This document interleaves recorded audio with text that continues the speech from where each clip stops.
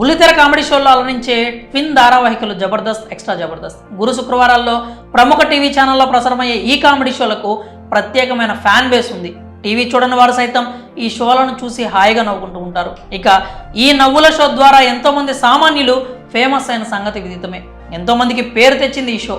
కొన్నేళ్ల నుంచి నిర్విరామంగా కొనసాగుతున్న ఈ కామెడీ షో ద్వారా సెలబ్రిటీ హోదాను అనుభవిస్తున్నారు. బుల్లితెర నుంచి వెండితెరపై కూడా అవకాశాలను కొల్లగొడుతూ బిజీగా మారిపోతున్నారు. ఇందులో టీమ్ లీడర్స్, కంటెస్టెంట్లు మారుతూ వస్తున్నారు.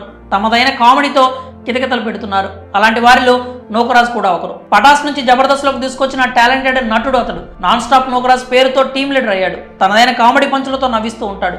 ఈ మధ్యకాలంలో ప్రపంచ యాత్రికుడు అన్వేష్ గెటప్లో చేసిన స్కిట్ నవ్వులు పూయించిన సంగతి తెలిసిందే. అంతేకాకుండా శ్రీదేవి డ్రామా కంపెనీ ద్వారా ఫేమస్ అయ్యాడు. అతని ఫ్రెండ్ ఆసియా కూడా జబర్దస్త్ ఇతర షోలతో కలిసి అతనితో కలిసి స్క్రీన్ షేర్ చేసుకుంటూ ఉంటుంది.